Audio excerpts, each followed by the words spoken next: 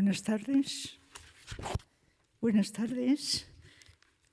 Tenemos esta última sesión de este ciclo, pero ya tenemos preparado el siguiente del siglo XX, como les comentaré brevemente al final. Es para mí un honor presentar hoy a don Diego Sánchez Meca.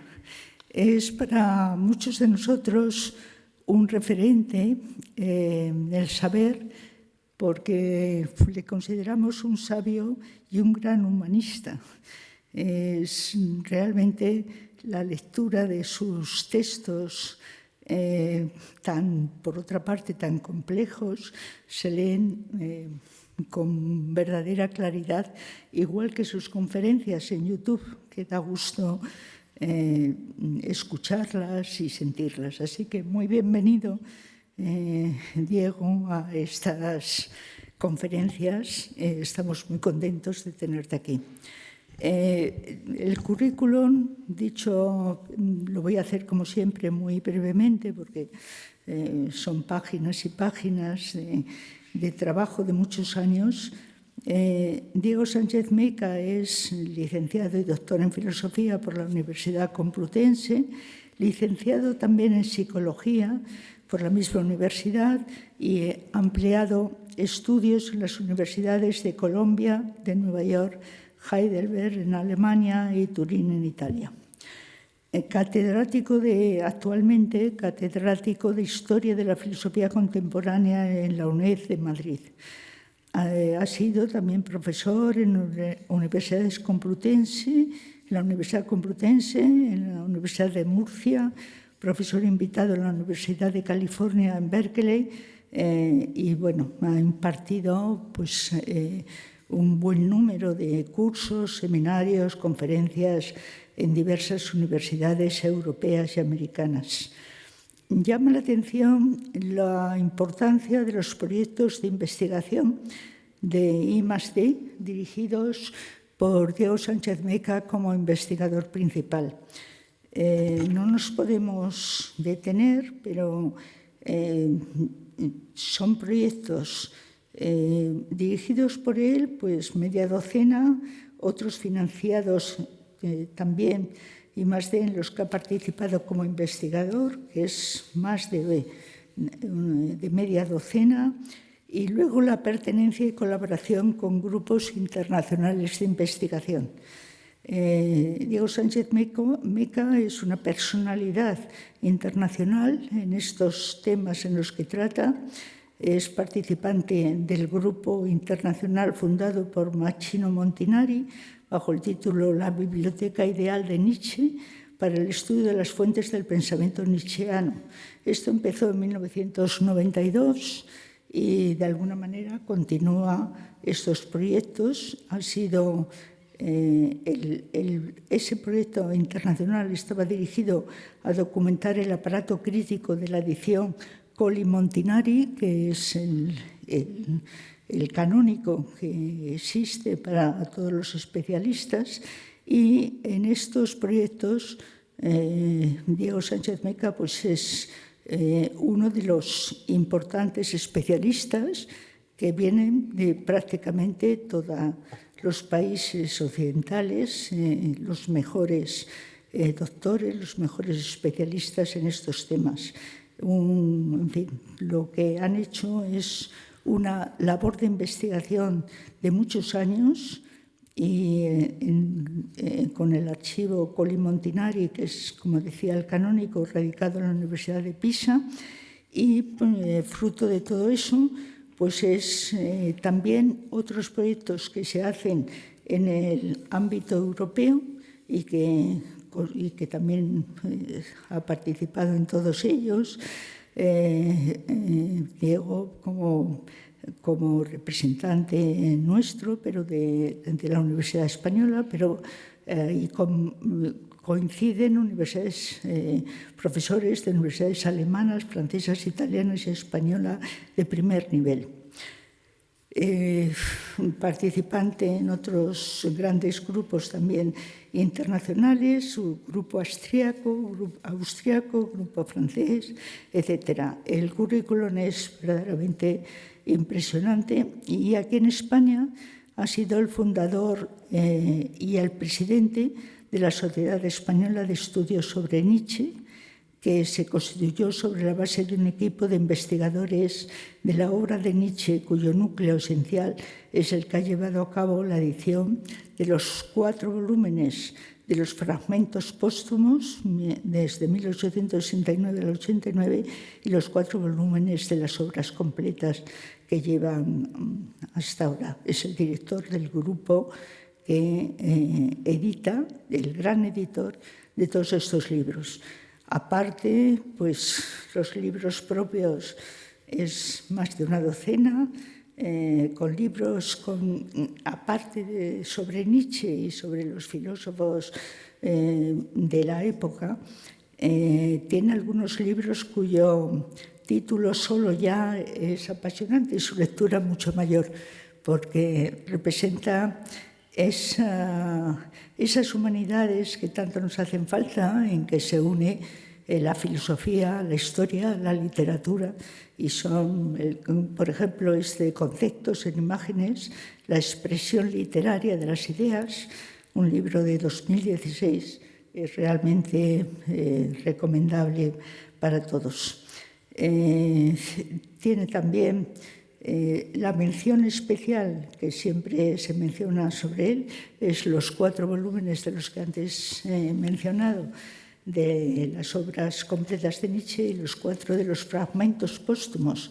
Así le conocí yo a él, porque en los fragmentos póstumos había unas anotaciones importantes sobre un artículo de Nietzsche que para mí en su momento pues, fue un antes y un después, cuando era joven universitaria, en trabajarlo con don Luis Díaz del Corral, y realmente, en fin, lo recomiendo como un verdadero festín de cultura y de saber.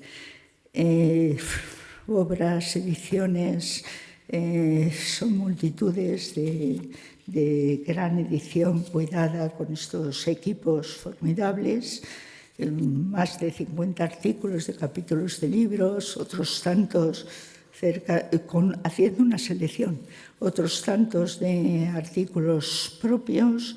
En fin, realmente tenemos aquí a una de las grandes personalidades culturales que tenemos en España. No quisiera dejar de anotar que entre esos libros hay libros didácticos, en el sentido de historia, de filosofía, para primero y segundo de bachiller. Y lo quiero mencionar porque en este momento, que como saben, muchos de ustedes lo tenemos en nuestra página web de la Academia, pues estamos, en fin, hemos hecho unas alegaciones al debate público que ha convocado el Ministerio de Educación, es decir, hemos participado para poner nuestras alegaciones en contra de nuestras propuestas, intentando que no se elimine del todo la historia de España, que ha quedado el proyecto, pues dice que la historia empezará en segundo bachillerato en 1808, como si lo anterior no existiera, y en fin, los problemas que tenemos de la enseñanza de las humanidades y desde luego de la historia, que es tronco de troncalidad de todas, porque sin el espacio temporal,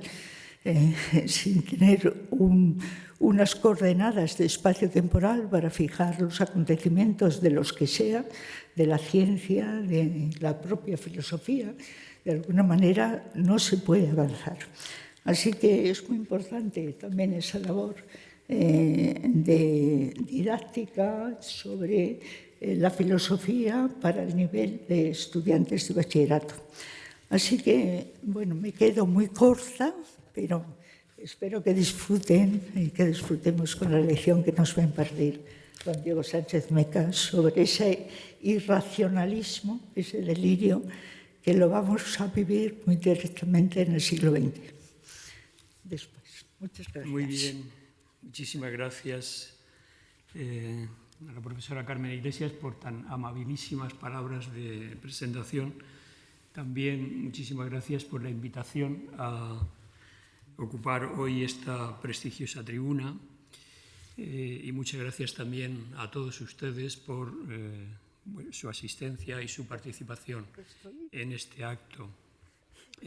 Después de que yo haya hablado, vamos a tener unos minutos de coloquio y podré contestar a 2, 3, 4 preguntas.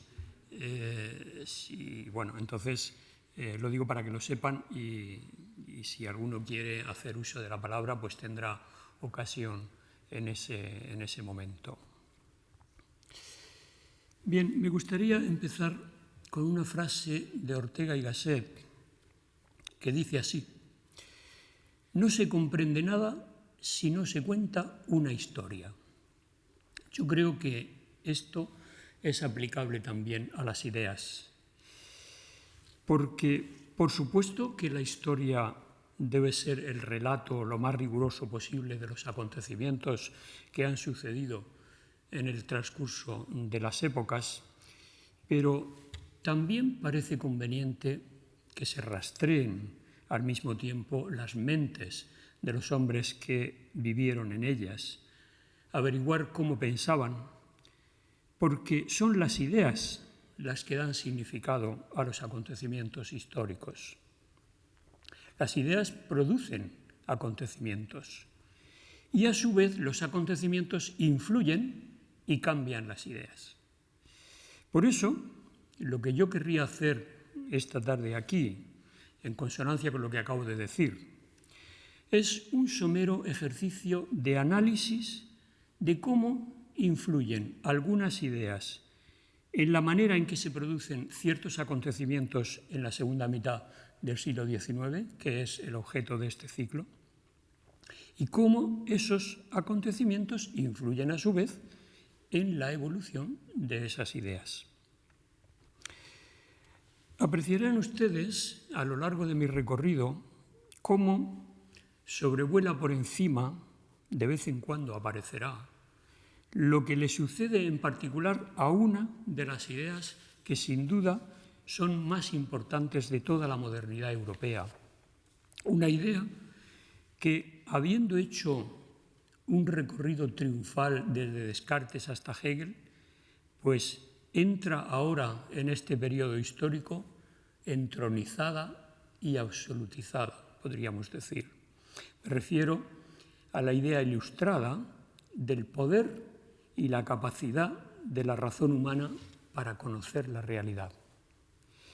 Solo que ahora se le otorga el poder de conocer no solo algunas parcelas de la realidad y otras no, sino que se le concede el poder y la capacidad de conocer la realidad en su totalidad. ¿Por qué se cree que la realidad y la razón se corresponden?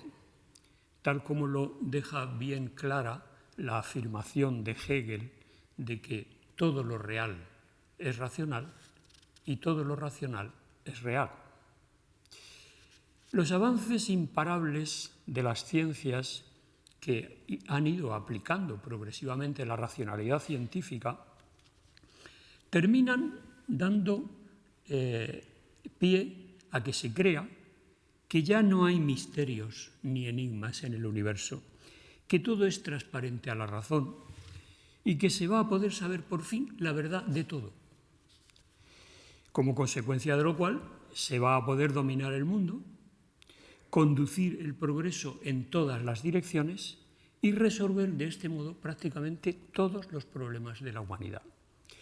O sea, la segunda mitad del siglo XIX empieza siendo una época henchida de optimismo, pero que sin embargo, paradójicamente, incluso podríamos decir trágicamente, va a terminar con una de las mayores catástrofes de la humanidad, la Primera Guerra Mundial de 1914, que según algunos historiadores es la fecha que marca realmente el final del siglo XIX.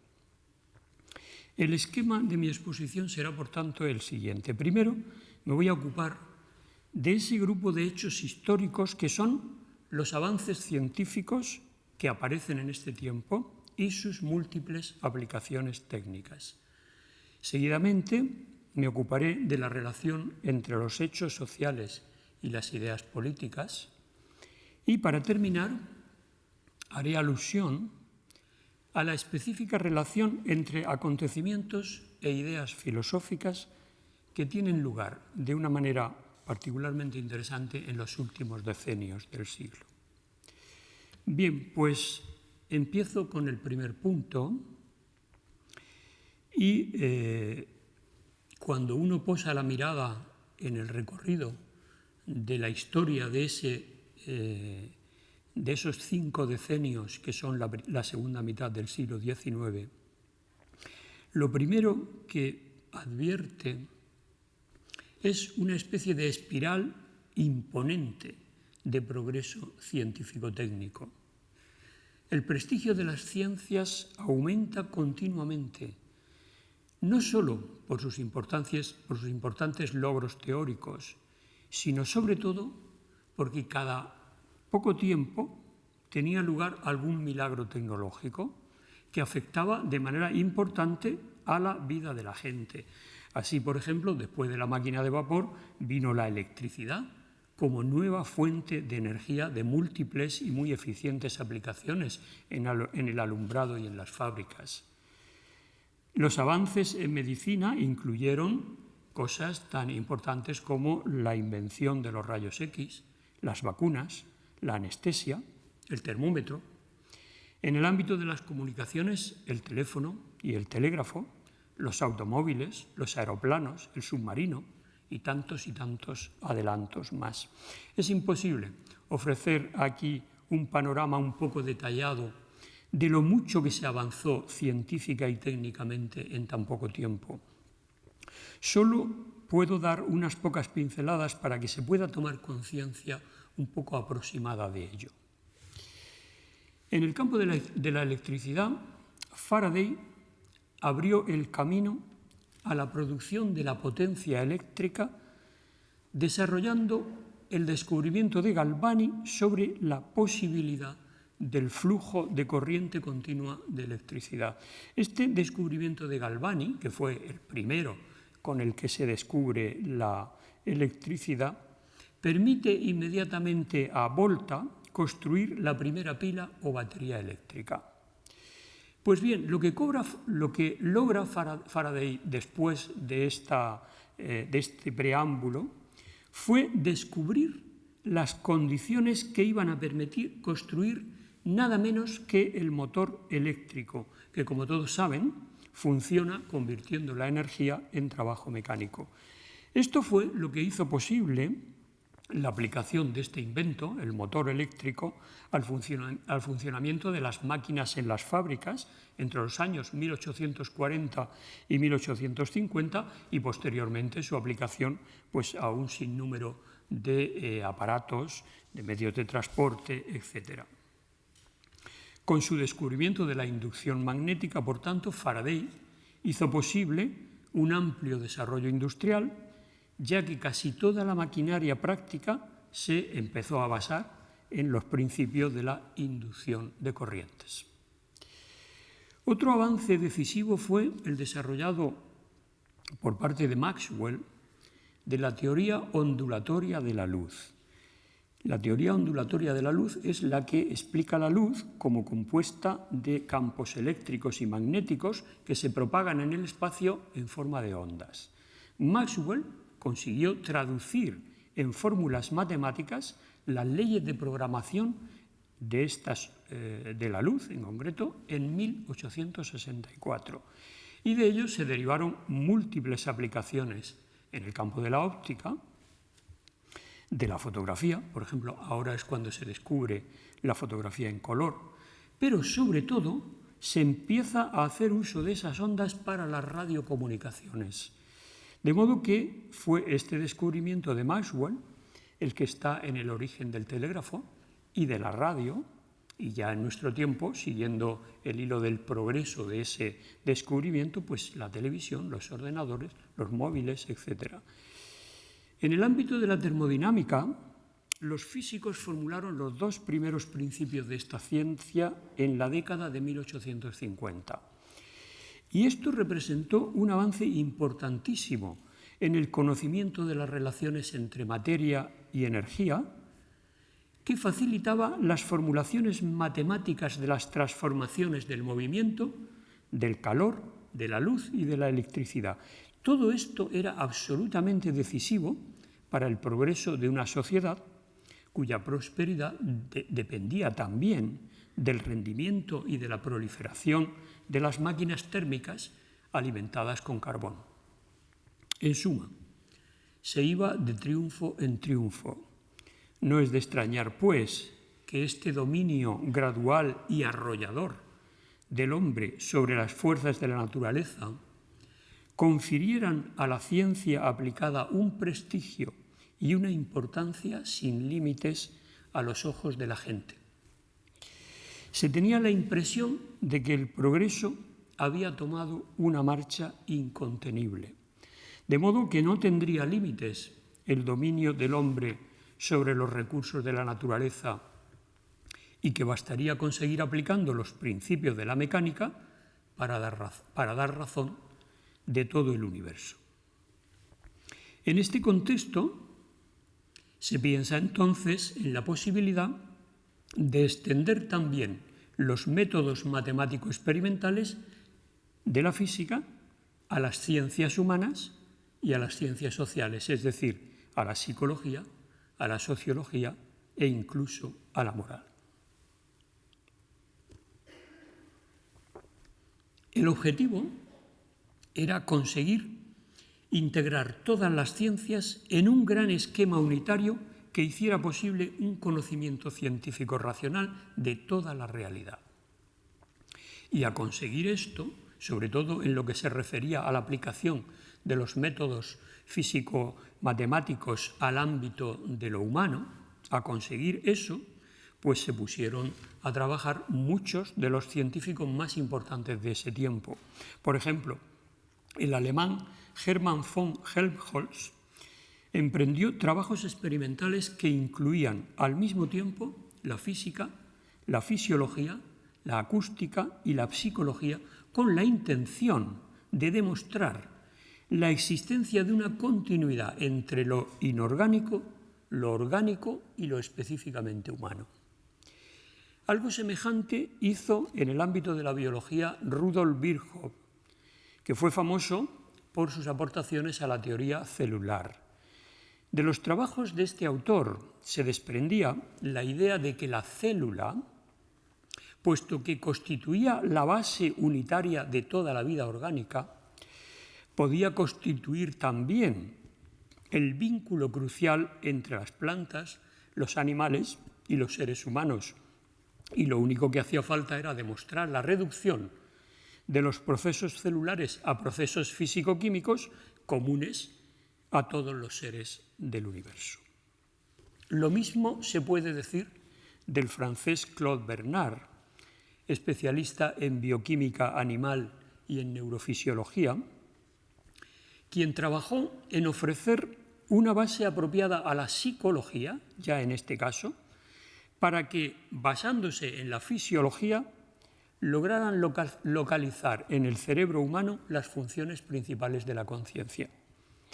Y como coronación suprema, como apoteosis final, podríamos decir, de esta aspiración a un conocimiento científico unificado de toda la realidad, pues entró en escena nada más y nada menos que la teoría de la evolución de Darwin, con todos sus desarrollos y sus aplicaciones, porque fue Darwin, con un impulso que llega hasta nuestros días, quien reconfiguró todo el andamiaje científico en el que se iban a poder apoyar en lo sucesivo los avances posteriores de la mayoría de todas estas ciencias. Además, la teoría de la evolución no solo introdujo progresos importantísimos desde el punto de vista teórico, sino que contribuyó a la vez de una manera excepcional a reforzar la fe en la eficacia de la metodología científica por su exigencia de rigor y por la minuciosidad de sus demostraciones. Tenemos que tener en cuenta que para formular su teoría, Darwin había recogido un sinfín de datos tomados de la paleontología, de la anatomía comparada, de la biología, de la genética y de otras muchas especialidades. Por eso su teoría representó el triunfo de la seriedad que reforzaba la confianza en los procedimientos científicos. Y eso aumentó más, si es que todavía era posible, el prestigio de la ciencia como institución. Se puede entender, por tanto, fácilmente en qué gran medida sirvió todo esto para disparar unas expectativas muy altas sobre el inmediato futuro humano.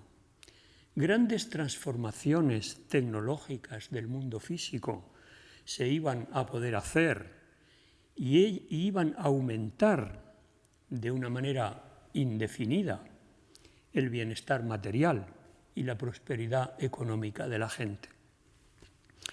Y esto, como la promesa esperada de las ciencias físico-matemáticas, pues tenemos que reconocer que en buena parte se ha cumplido y que nosotros, las generaciones sucesivas de después, pues nos hemos beneficiado y nos seguimos beneficiando de ello.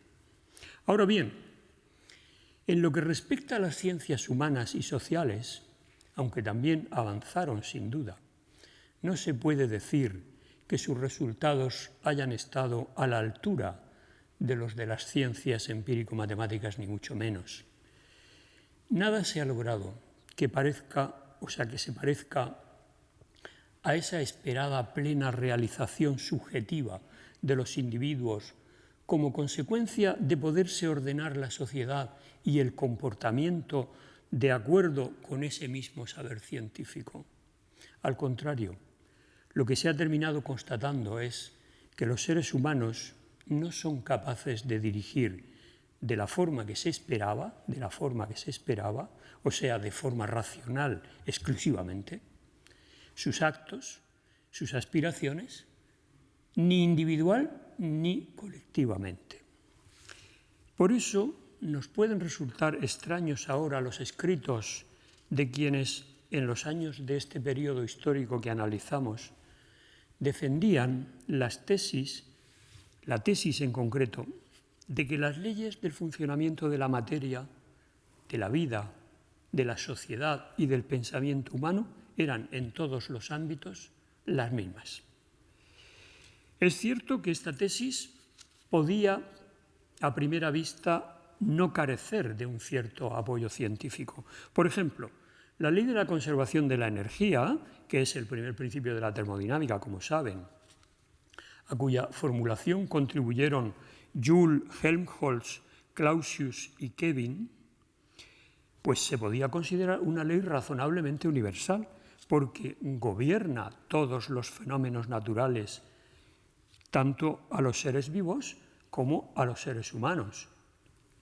No se puede decir que sea una ley exclusivamente mecánica, o astronómica, o fisiológica, o electroquímica, sino que es verdad que se trata de una ley universal, común a todos los fenómenos. Herbert Spencer concluía, en consonancia con esto, que la realidad la forman todos los fenómenos existentes, unidos en la forma de una cadena evolutiva de continuas transformaciones de materia en energía. Una única y misma cadena evolutiva, universal, de todo lo existente, plenamente racional y por tanto descriptible y cognoscible en las leyes que emplea la metodología científica.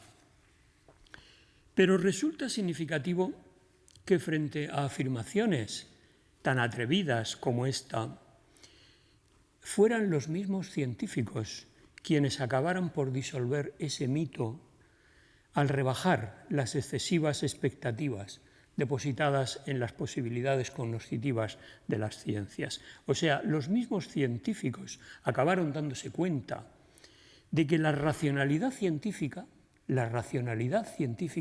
no es ninguna propiedad de la realidad en sí, sino que es solo un modo de operar de la inteligencia humana que le permite alcanzar conocimientos relativamente seguros, prácticos, aplicables, bajo ciertas condiciones autorrestrictivas, o sea, en unos ámbitos de realidad, pero en otros no.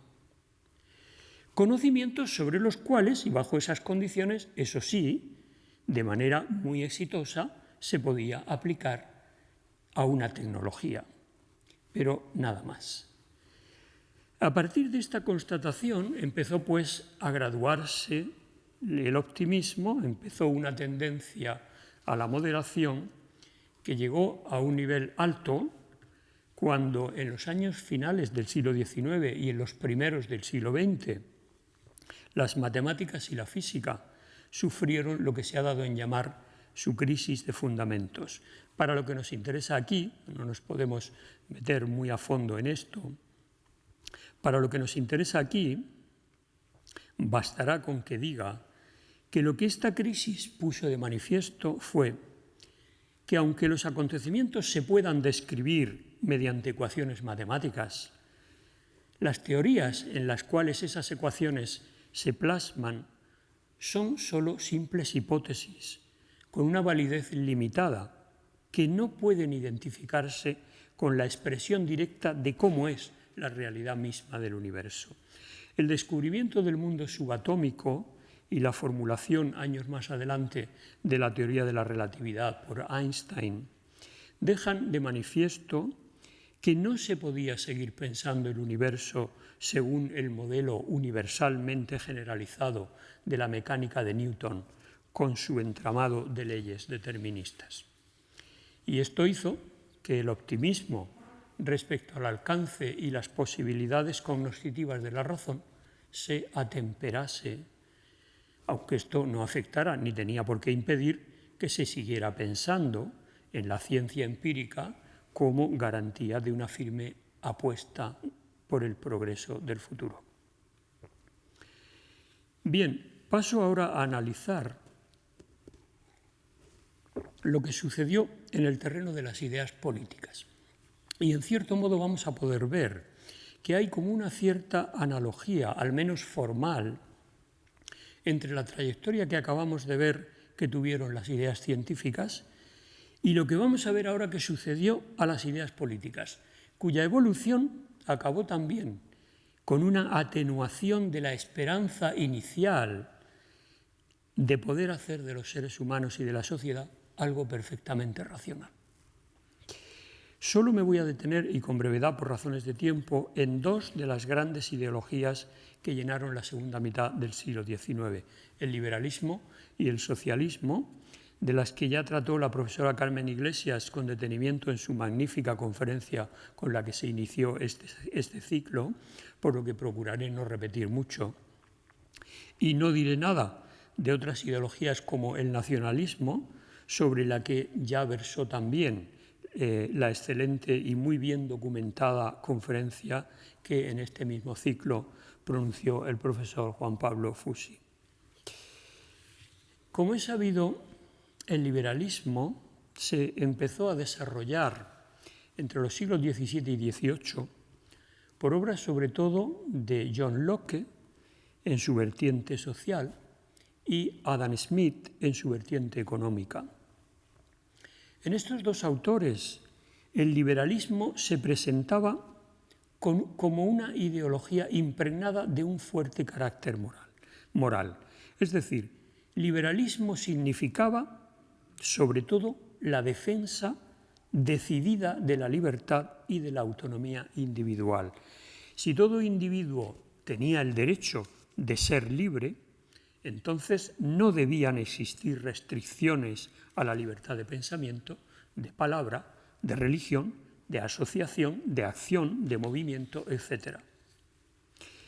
Ahora bien, esta importancia y este protagonismo concedidos por Locke y Smith a la libertad individual en sentido moral, cambiaron en la Gran Bretaña del siglo XIX cuando tuvo lugar allí la expansión de la revolución industrial y el ascenso irresistible del capitalismo.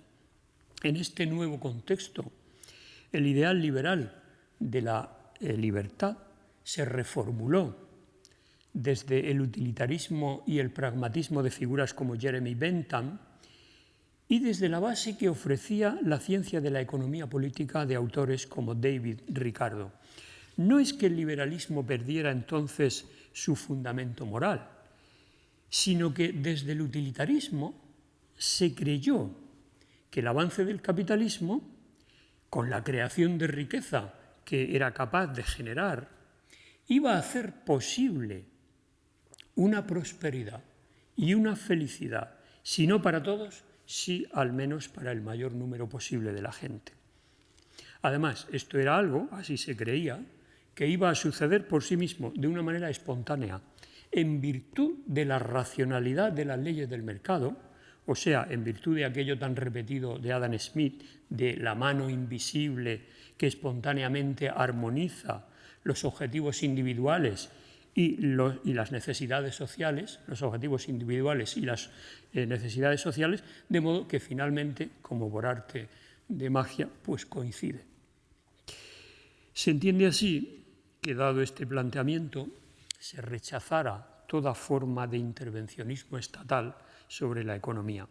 Herbert Spencer, que publicó sus obras entre 1860 y finales del siglo XIX, difundió en este contexto su doctrina de que el progreso es un hecho universal y cósmico, regido por las mismas leyes aplicables a todos los fenómenos, como ya hemos visto antes.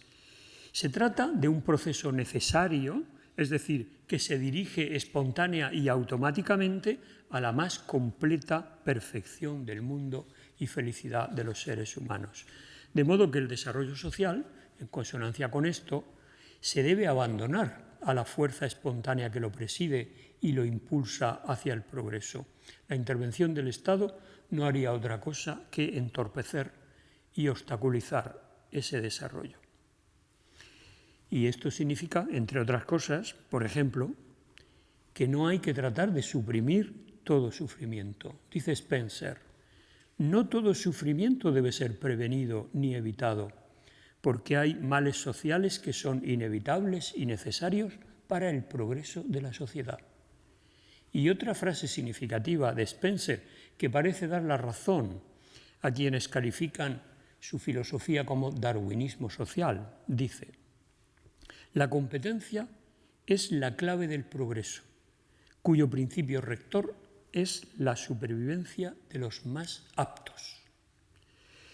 Es decir, Spencer cree que serán la libre competencia y la iniciativa individual las que van a producir una raza de individuos fuertes, exitosos, felices, y que serán los logros individuales de ellos los que harán que se cumpla ese ideal utilitarista de la mayor felicidad para el mayor número posible de individuos.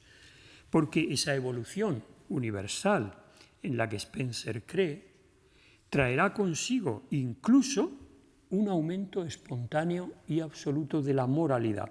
Dice Spencer, llegará un momento en el que ya no será necesaria la conciencia del deber, sino que el comportamiento moral se hará tan común como lo son hoy las acciones a las que nos impulsan nuestros deseos y nuestras pasiones.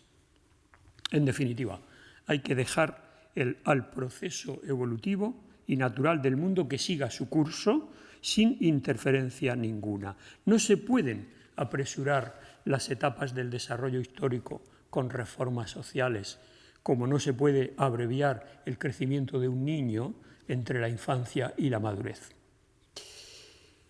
Aunque, al igual que Spencer, también John Stuart Mill hereda esta antipatía por la intervención estatal de los mismos autores, los dos, Malthus, Ricardo, Adam Smith, Bentham, solo que en Stuart Mill se ve una defensa de la libertad individual algo más moderada y que muestra un mejor sentido práctico, no exento de cierto humanitarismo.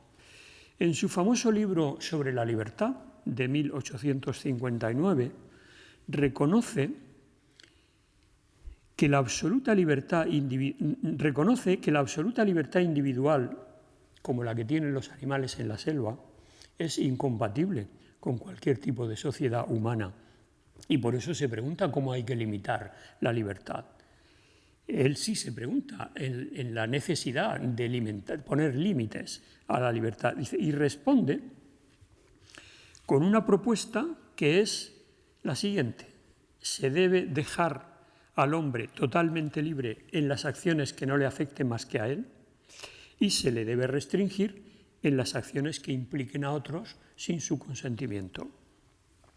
Sin embargo, en la defensa que hace Mill del individualismo, comparte con Spencer la convicción de que el progreso de la humanidad irá aumentando un sentimiento de unidad que va a ligar a cada individuo con los demás, de tal forma que la búsqueda por parte de cada individuo de su propia felicidad pues va a propiciar la tendencia colectiva a la felicidad de todos.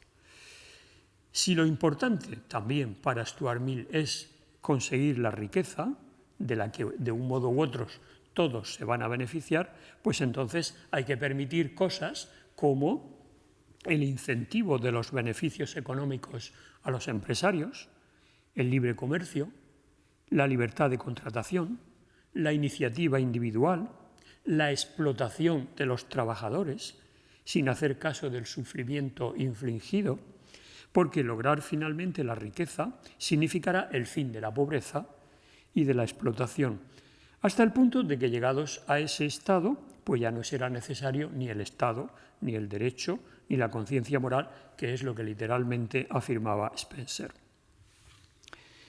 Pero claro, distinto tenía que ser por fuerza el punto de vista de las clases trabajadoras, que era a quienes correspondía en este reparto de papeles ser los explotados, los pobres y los que tenían que sufrir. Así que pronto empezaron a movilizarse y a generar conflictos, insurrecciones y luchas. Y esto tuvo un efecto positivo porque cuando la conflictividad llegó a un punto prácticamente insoportable, pues los gobiernos se vieron en la necesidad de intervenir con un doble propósito: mejorar las condiciones de vida y de trabajo de la población y regular determinados aspectos del funcionamiento de la economía capitalista. O sea, las dos cosas que de manera más frontal contradecían la ortodoxia de la ideología liberal conservadora, que se oponía, como hemos dicho, a cualquier regulación e institucionalización por el Estado de la dinámica económica y social. El liberalismo entró entonces en una crisis profunda que dividió a sus partidarios en dos facciones enfrentadas que todavía hoy perduran. Por un lado, el liberalismo social, que incluye en su programa muchas de las propuestas de lo que nosotros conocemos hoy como la socialdemocracia, y por otro, un liberalismo conservador, que lucha por mantener la ideología del individualismo posesivo y que, por tanto, rechaza las regulaciones estatales proteccionistas sobre la economía y rechaza también los programas de asistencia social del Estado que, en cambio, los liberales progresistas sí que defienden. Pues bien, uno de los factores que contribuyeron a dividir así el liberalismo fue, sin duda, el desarrollo paralelo que también se estaba produciendo de la otra gran ideología del siglo, o sea, el socialismo. Quisiera, por tanto, detenerme ahora en decir unas palabras sobre cómo se configuró y evolucionó esta otra gran ideología alternativa y competidora del liberalismo.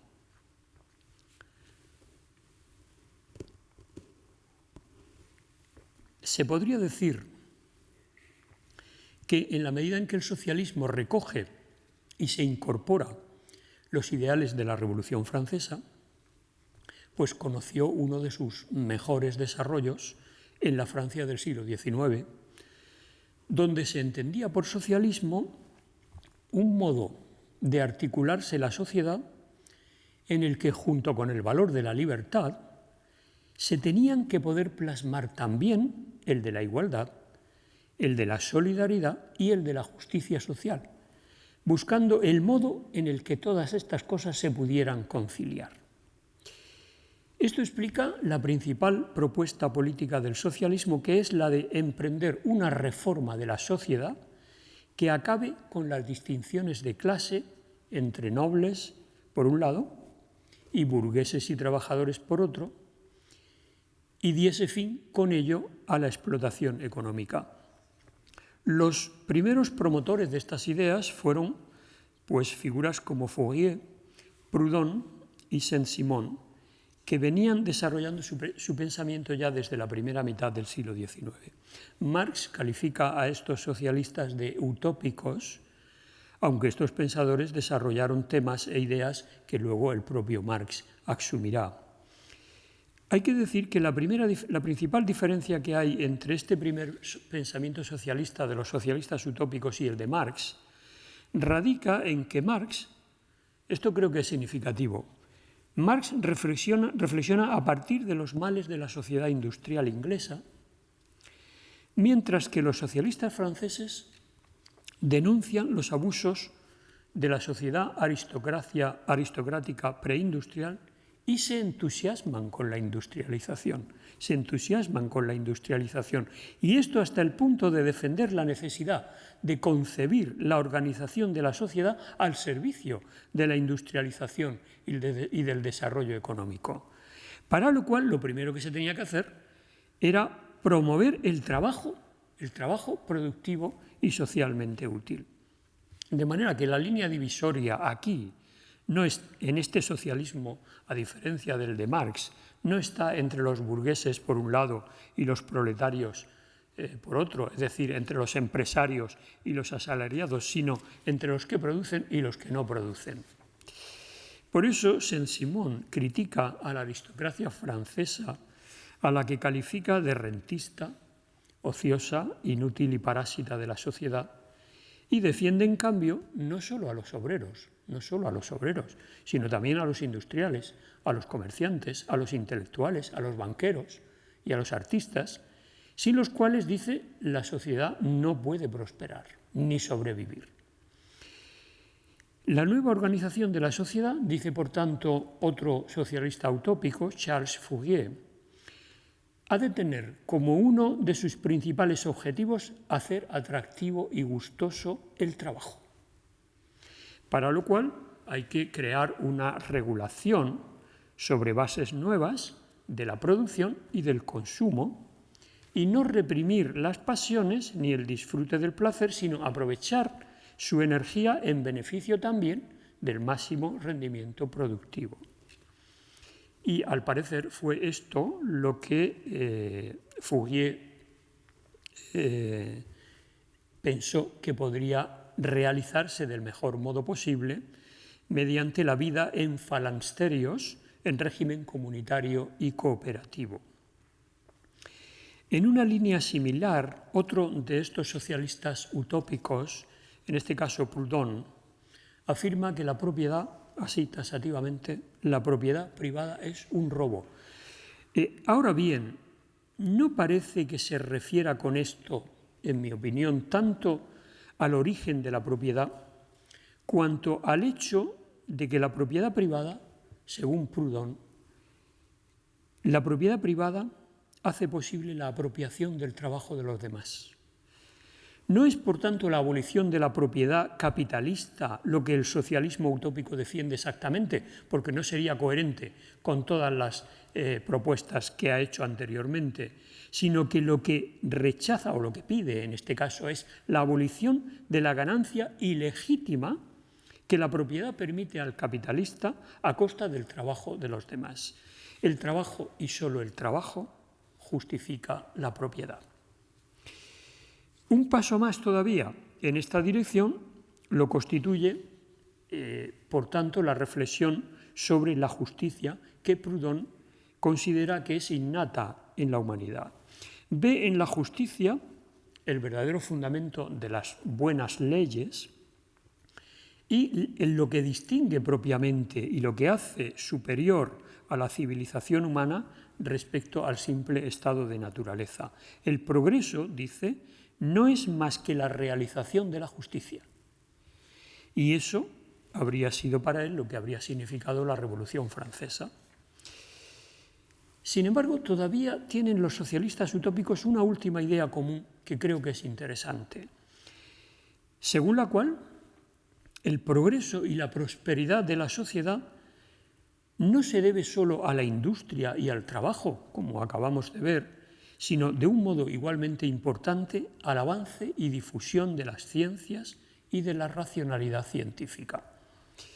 Saint-Simon y Comte consideran a la ciencia como el otro gran fundamento del nuevo orden social. Hay en sus escritos como una especie de romantización de la ciencia a la que exaltan como única guía de la vida individual y colectiva de los seres humanos. Porque es la ciencia la que, según estos autores, por un lado estimula los avances técnico-industriales y de este modo es la fuerza capaz de resolver las necesidades y los males que tienen los seres humanos, pero por otro lado, la ciencia de la sociedad, la ciencia aplicada a la sociedad, debe ser también la instancia capaz de unir pacíficamente a los hombres en una convivencia solidaria y feliz. Es decir, la racionalidad científica, la ciencia debe ser la que se encargue de satisfacer también la necesidad de dar unidad solidaria a esta nueva sociedad. Y nos preguntamos todos, ¿cómo? Pues no solo dándole una doctrina común, sino creando en ella una moral que hay que fomentar mediante un culto, un nuevo culto, una nueva religión. Esto es verdaderamente utópico. Una nueva religión racional que actúe sobre los sentimientos y los eduque en las actitudes y en las disposiciones adecuadas. Comte se presenta entonces como el profeta y el pontífice de esta nueva religión en un libro que publica en 1852 y que se titula Catecismo Positivista. El culto está dirigido a la ciencia misma y al gran ser, el gran ser que es el género humano en progreso inexorable hacia su perfección. Bien, como conclusión de todo esto tendríamos que pensar, creo yo, que a pesar de todo este idealismo, este utopismo de la primera ideología socialista no fue solo un conjunto de quimeras intrascendentes, como algunos han afirmado despectivamente. En realidad sus ideas penetraron de manera profunda y eficaz en la sociedad francesa, hasta el punto de producir una simbiosis curiosa y singular cuando llegó a Francia el liberalismo inglés. Porque cuando esto sucedió, se combinó allí la exaltación capitalista del espíritu emprendedor y de la tecnocracia con ese humanismo casi religioso y esa fe en la cooperación de las clases sociales que era refractaria al conflicto. Prueba de ello fueron instituciones tan curiosas para aquel tiempo como fue, por ejemplo, la mutualité, o sea, la promoción de sociedades de socorros mutuos, como las cajas de ahorros populares, que se promovieron en Francia precisamente como antídotos a la lucha de clases. Así que el egoísmo del darwinismo social existió naturalmente también en Francia, pero no fue lo predominante allí. Se equilibró con la pervivencia del impulso solidario que trataba de reconciliar el capitalismo con una política social de activa eliminación de los males sociales. Su idea de la fraternidad imponía que la nueva armonía social que había que conseguir se tenía que lograr mediante una transformación pacífica de la sociedad. O sea, los utópicos buscaban la reconciliación de las clases y de ningún modo la lucha entre ellas ni la dictadura del proletariado. Bien, una vez dicho todo esto, me parece necesario recordar que el socialismo que nosotros conocemos hoy con el nombre de socialdemocracia, y que en realidad no se articuló hasta el siglo XX, hereda e incorpora tanto cosas del socialismo utópico como del socialismo científico, que era como Marx y Engels llamaban a su comunismo. Es decir, a este socialismo de Marx y Engels ellos lo llamaban científico porque se apoyaba en la ciencia de la economía. De manera que sus propuestas políticas y su denuncia de la injusticia capitalista ya no se podían llamar utópicas, sino que ellos consideraban que había que llamarlas científicas porque estaban bien fundadas racionalmente. Lo que la socialdemocracia del siglo XX ha conservado del socialismo utópico han sido por lo menos estas dos cosas. La primera, la convicción de que, a diferencia de lo que propugna el marxismo, el cambio del orden social se tiene que producir de una manera no violenta. Y la segunda, que el objetivo principal de un programa socialista debe ser mejorar las condiciones de vida de los trabajadores, promoviendo una evolución gradual del capitalismo al socialismo. Es decir, disminuyendo las diferencias económicas entre las clases sociales mediante la intervención del Estado en distintas líneas de actuación. De ahí que sus medidas programáticas sean controlar y poner límites al mercado y a la producción económica en función de las necesidades sociales, crear un sistema impositivo progresivo, favorecer la igualdad de oportunidades, conseguir unos servicios públicos adecuados y extensibles a toda la población, etcétera, etcétera. Bien, me gustaría ya por fin emplear los minutos que me quedan para decir algo sobre los últimos años del siglo XIX, porque en ellos tuvo lugar una drástica transformación de las condiciones de vida y, en consonancia con esto, una especie de vuelco en el ámbito de las ideas que convulsionó de manera ostensible el ánimo de los individuos. Las transformaciones que se produjeron en estos últimos decenios se debieron sobre todo al desarrollo enorme del capitalismo. Este desarrollo se produjo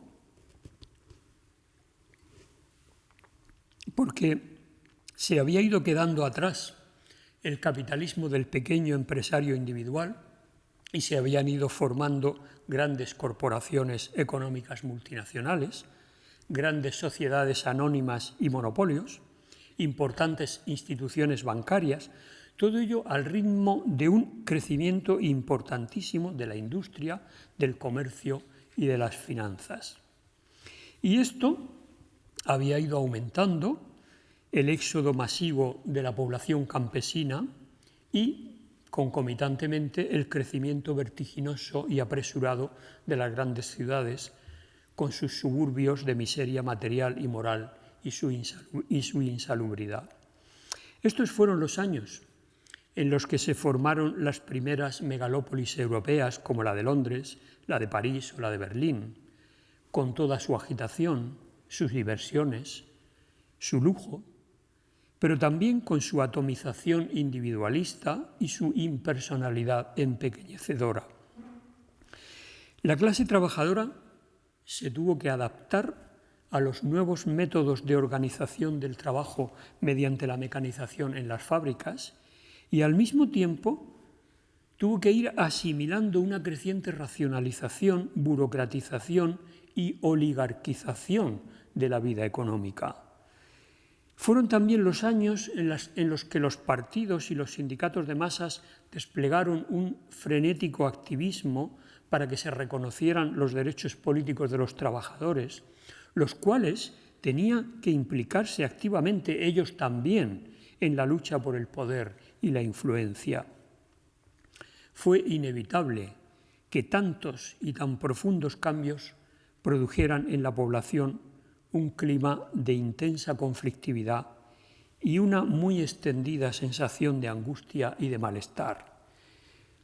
Una manera, creo que adecuada, de detectar el carácter y el alcance de este malestar es recurrir a novelas y ensayos de estos años en los que quedó bien reflejada esta problemática. Por ejemplo, el novelista y psicólogo Paul Bourget, al que se le bautizó sarcásticamente en su tiempo como el profeta del fin de la historia, publicó en 1892 dos obras tituladas La Tierra Prometida y Cosmópolis. En ellas denunciaba las malas condiciones de vida en las grandes ciudades de su tiempo y al mismo tiempo ponía en circulación la idea de que la obligada adaptación a esas malas condiciones era la causa de que la gente enfermase y degenerase. Y no solo en su salud corporal, sino también en su salud mental y en su moral.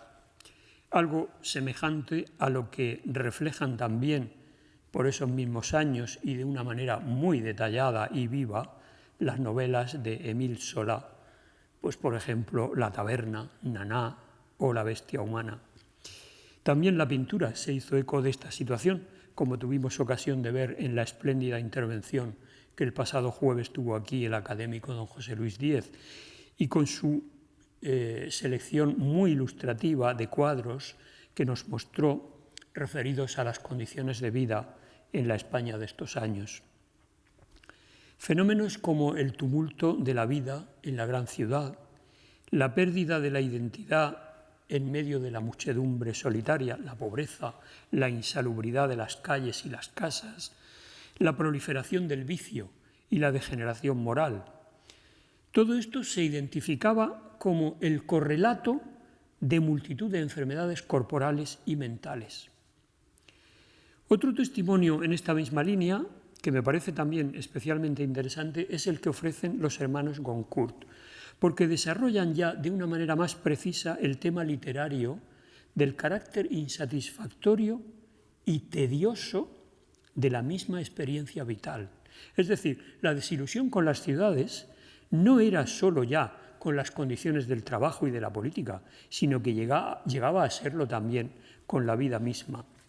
Dice Edmond Goncourt en una de sus obras: el agobio y la incertidumbre son lo propio de esta época. Nada descansa sobre una base y una fe firmes. Se vive para el mañana, porque el pasado mañana es inseguro. Y aún otro paso más en esta dirección es el que da Georges Sorel con su libro Reflexiones sobre la violencia, donde este autor culpa ya directamente a la racionalización científica, al parlamentarismo liberal y al hipócrita humanitarismo socialista del vacío y del nihilismo dominantes en la sociedad como males de su época. Empiezan ya las exageraciones. Algo, esto del nihilismo y esto de las críticas, algo que ya había iniciado en unos años antes Dostoyevski en su obra Notas desde el subsuelo. Esta fue la obra en la que Dostoyevski bautizó con la palabra nihilismo la pérdida del sentido del yo y su inmersión en el absurdo, en la nada y en la angustia. Se podría decir, en realidad, que lo que todos estos autores vienen a señalar como la principal causa del malestar de la gente en estos años, en realidad no iba en el fondo de ello, no había otra cosa que una profunda crisis de valores que era el fruto de la pérdida de la vieja cosmovisión que la sustentaba.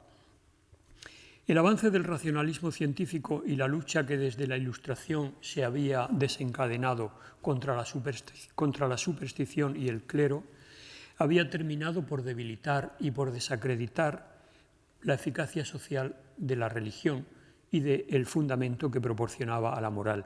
Y en su lugar, pues se había impuesto un reduccionismo materialista generalizado a todo lo existente, incluyendo también el mundo humano y social. Y lo que este reduccionismo materialista representaba, pues obviamente no era otra cosa que el desalojo en el mundo y en los seres humanos de todo lo que tradicionalmente se llamaba espíritu, trascendencia, misterio, bien y mal, ideales y valores morales, etc. La esperanza humana de alcanzar la perfección se tenía que depositar ahora solo en el saber científico y de ninguna manera en la religión o en la filosofía. Pero claro, aquí tenemos la gran paradoja, porque lo que la ciencia decía, en concreto en su versión más emblemática y generalizada, que era la teoría de la evolución de Darwin, lo que la ciencia decía es que el ser humano es un animal más, que su razón no es más que un instrumento al servicio de la adaptación al medio y la supervivencia, y que la selección natural, como crueldad natural implacable, era la ley y la explicación última de lo que impulsa toda la dinámica del mundo y de la sociedad. Y entonces mucha gente se preguntaba, ¿es posible algún valor moral en este mundo darwinista? Antes de Darwin, la palabra naturaleza significaba orden, armonía, belleza, verdad, algo que se debía imitar, un modelo elevado para la humanidad.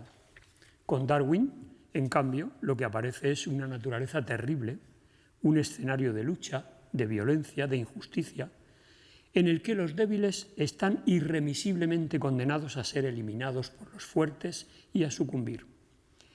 La vida no es más que esta lucha por la existencia y esta lucha es la condición del progreso. No hay ninguna ley racional inmanente a la historia.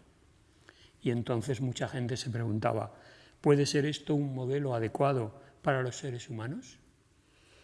Finalmente, el darwinismo tuvo también otro efecto colateral significativo de largo alcance, porque al afirmar que la mente humana es toda ella solo un producto de la evolución biológica, desacreditaba en cierto modo al racionalismo científico mismo, porque reducía la función de la mente humana a ser una mera instancia al servicio de la supervivencia. Es decir, la estaba equiparando a los instintos que están presentes tanto en los animales como en el hombre mismo y que también estaban, lo mismo que la razón, lo mismo que los instintos, están al servicio del mismo fin. De manera que empezaron a proliferar los discursos que subrayaban la fragilidad de la conciencia humana y su dependencia de lo irracional y de lo inconsciente. Es decir, antes de que lo desarrollara Freud ya a partir de comienzo del siglo XX y el psicoanálisis, se empezó ya a tomar conciencia de la debilidad del control consciente de la mente humana. Bien, estas son algunas de las pinceladas del clima, y ya con esto termino, en el que surgen las reflexiones de los filósofos llamados preexistencialistas, como Søren Kierkegaard o Friedrich Nietzsche, de los que solo diré un par de cosas muy breves. Por su parte, Kierkegaard ofrece una definición de la existencia humana no como una realidad, sino como una posibilidad. O sea, como un poder ser o como un no poder ser. De modo que para Kierkegaard la existencia tiene, por un lado, un rostro positivo, prometedor, porque hace de la vida humana un reto por el que merece la pena luchar, un desafío estimulante para la realización de la libertad. Pero por otro lado, la existencia, como también puede ser un fracaso, pues presenta un rostro amenazador y paralizante, ya que ningún objetivo que emprendamos, ninguna decisión que tomemos tiene garantizado el éxito infalible, sino que puede abocar a la frustración. De manera que todo ser humano es al mismo tiempo la posibilidad de que sí y la posibilidad de que no. Bueno, el motivo por el que Kierkegaard, y con él la mayoría de los filósofos existencialistas como Heidegger, Sartre, Camus, ya en el siglo XX, hayan pasado por ser pensadores tristes y sombríos, es que se centran sustancialmente en el ser humano como posibilidad de que no. son los que absorben este clima terrible de finales del siglo XIX que prepara el malestar al que conduce a la sociedad a la explosión de la Primera Guerra Mundial. Estos filósofos preexistencialistas comprenden, por tanto, al ser humano como un ser continuamente amenazado por la nada. Así lo describe Kierkegaard en obras como La enfermedad mortal o el concepto de la angustia, que están muy en consonancia con el clima que acabamos de describir. Pues bien, este no es el caso de Nietzsche, del que no tengo tiempo de decirle nada más que una cosa, que él no carga el énfasis en los aspectos negativos del nihilismo, ve en el retroceso de la religión y en los dogmas morales que fundamentaba una cierta liberación, en el sentido de que inaugura un horizonte nuevo y abierto a las posibilidades de que sí, de que el ser humano puede crear él mismo sus propios valores de manera afirmativa y en consonancia con lo que la vida es. Por lo tanto, una nueva aurora, así es como se llama uno de sus libros, una nueva aurora, un nuevo amanecer para Europa, y para esa aurora una Gaia Ciencia, otro título de sus libros, o sea, una ciencia alegre y animosa. Nada más y muchas gracias.